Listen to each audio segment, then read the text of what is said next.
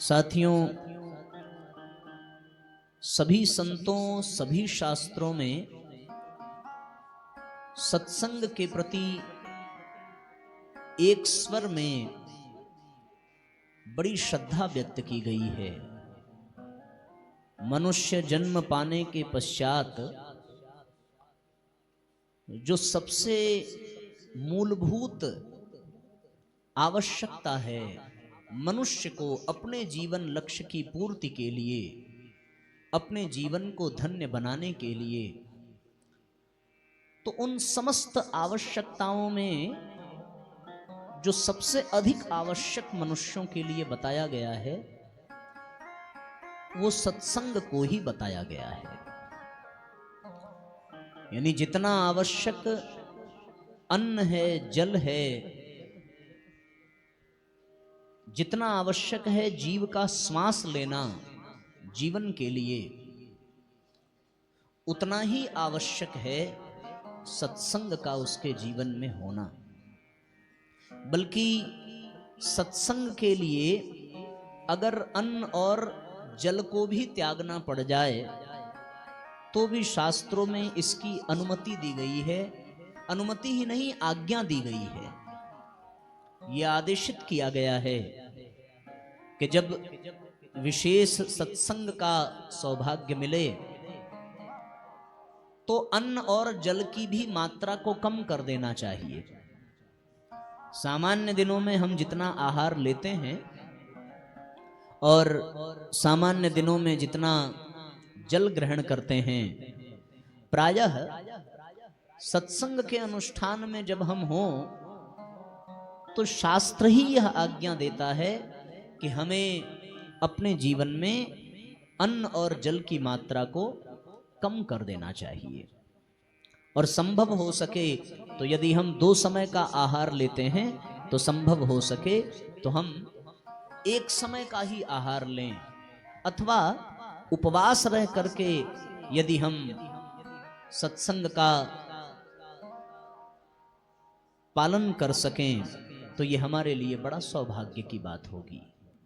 इसका अर्थ ये हुआ कि सत्संग अन्न और जल से भी अधिक आवश्यक हमारे शास्त्रों में बताया गया है, क्योंकि सत्संग में कोई बाधा न हो, सत्संग में कोई विघ्न न आवे, इसलिए अन्न और जल की मात्रा को कम करने की बात कही जाती है।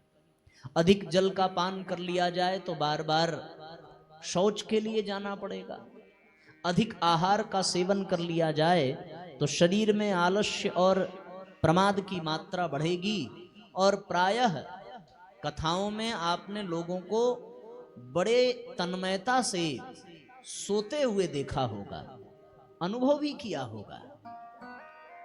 जितनी तन्मयता से कथा में श्रोतागण बैठ करके कथा को सुनते हैं, उतनी ही तन्मयता से कुछ लोग निद्रा का भी सुख अनुभव करते हैं। और ये मुझे लगता है कि प्रथम आश्चर्य माना जाना चाहिए, क्योंकि बंद कमरे में, साउंड प्रूफ कमरे में और एयर कंडीशन बिल्कुल अपने अनुकूल व्यवस्था हो, अच्छे गद्दे हो, अच्छा बिस्तर हो,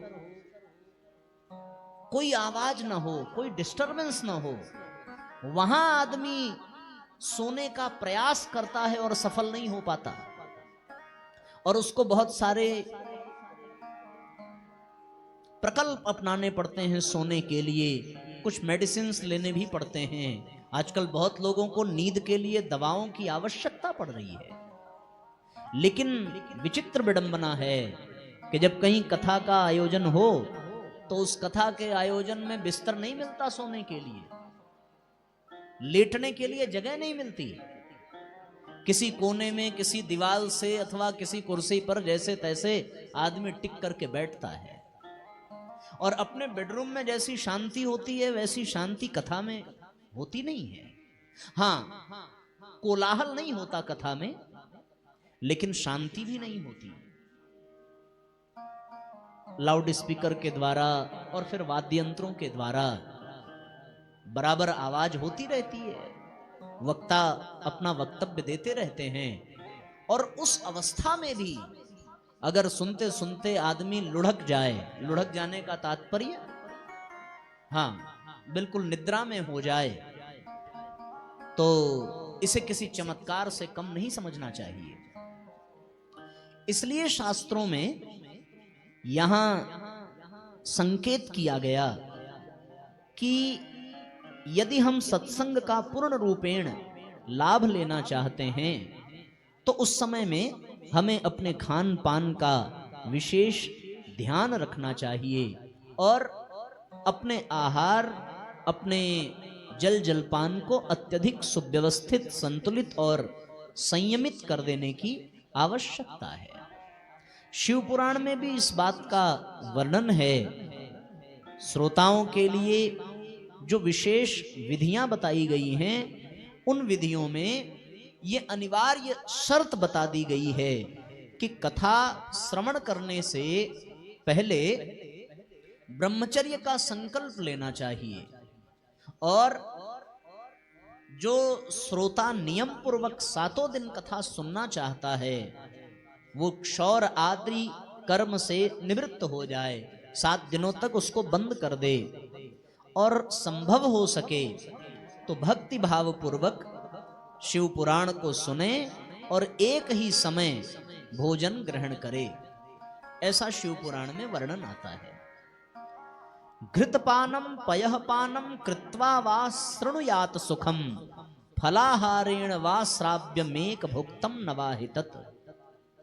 बहुत आवश्यकता हो तो दुग्धपान कर ले, घी का सेवन कर ले, फलाहार कर ले, संभव हो सके तो एक समय का ही आहार ग्रहण करे।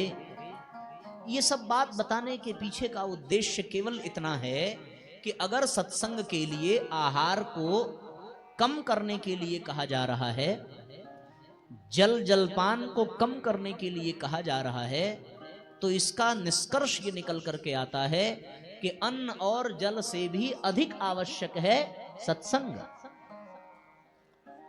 विज्ञान ये कहता है कि किसी भी व्यक्ति को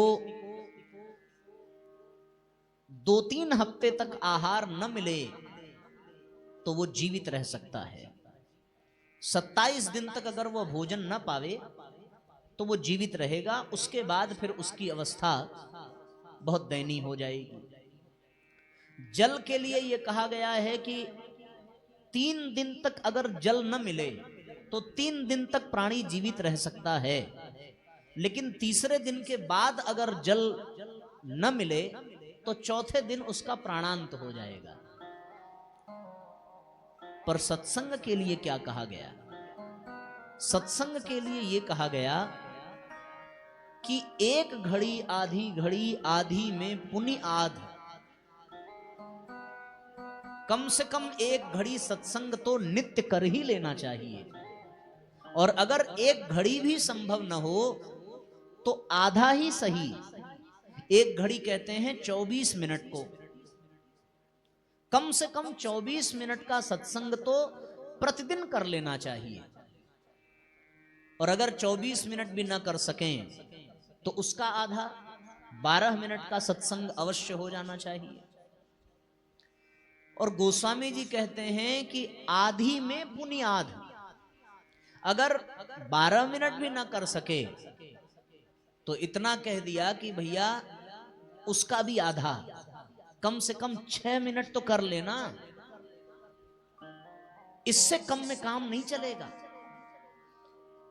अगर इतना दबाव देकर के कहा जा रहा है कि कम से कम 6 मिनट तो अवश्य कर लेना चाहिए, तो इसका अर्थ ये हुआ कि वास्तव में सत्संग अन्न और जल से भी अत्यधिक आवश्यक है।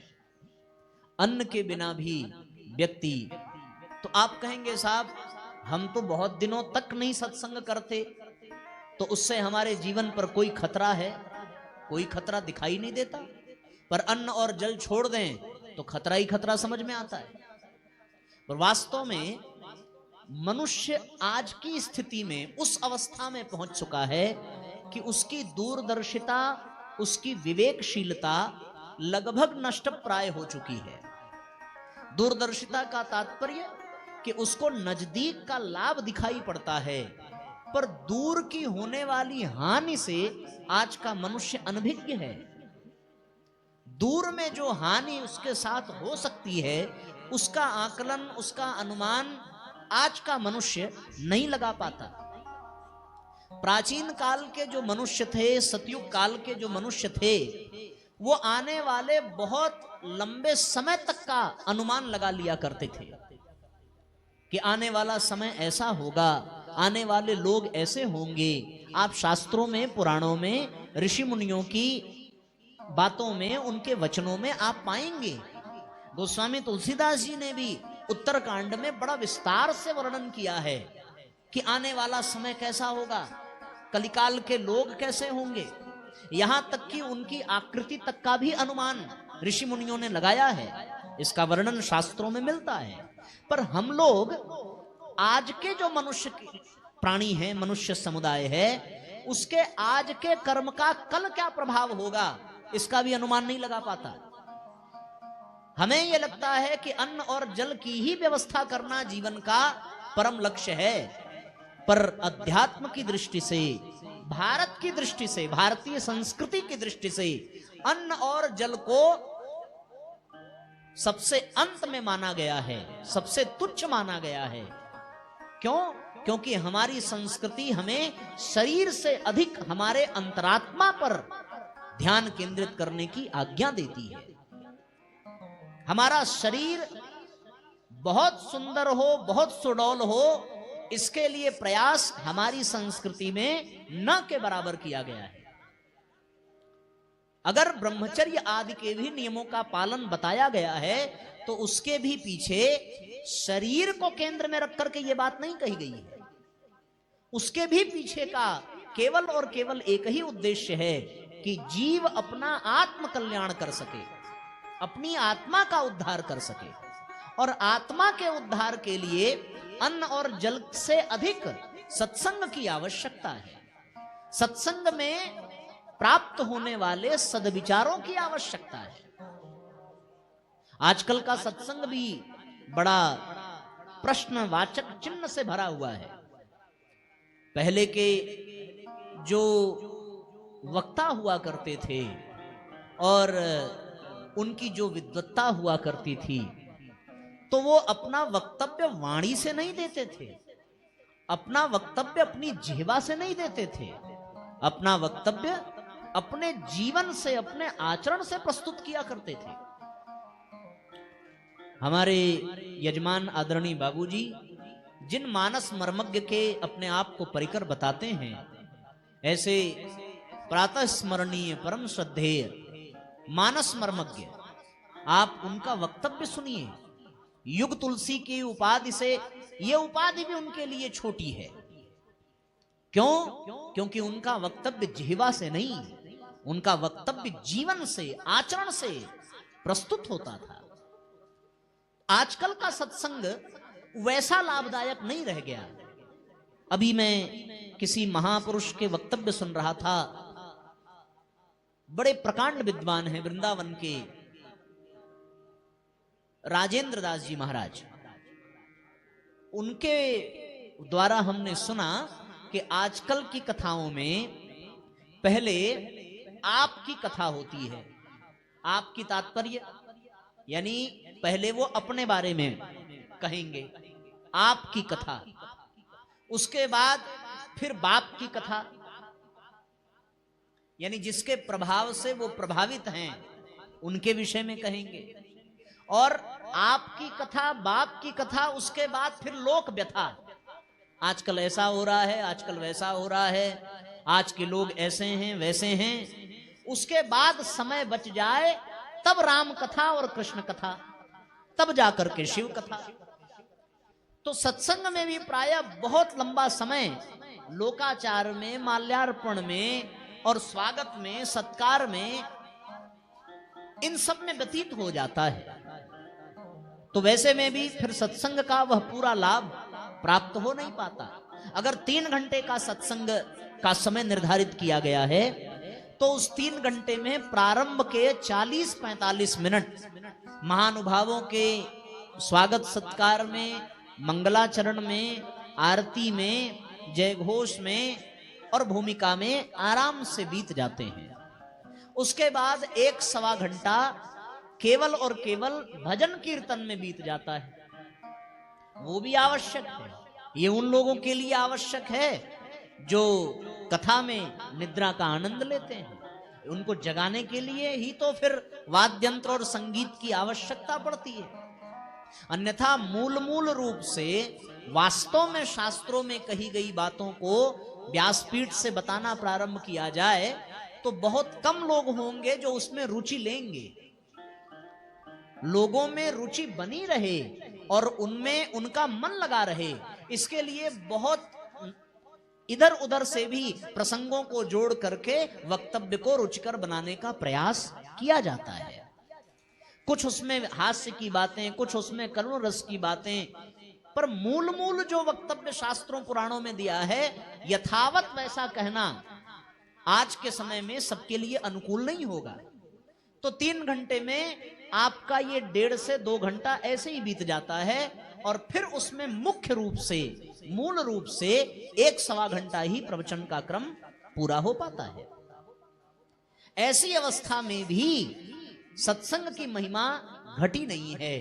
ऐसी अवस्था में भी ऋषि कहते हैं कि कम से कम आधी की भी आधी घड़ी, उसका भी आधा समय निकाल करके सत्संग कर लेना चाहिए।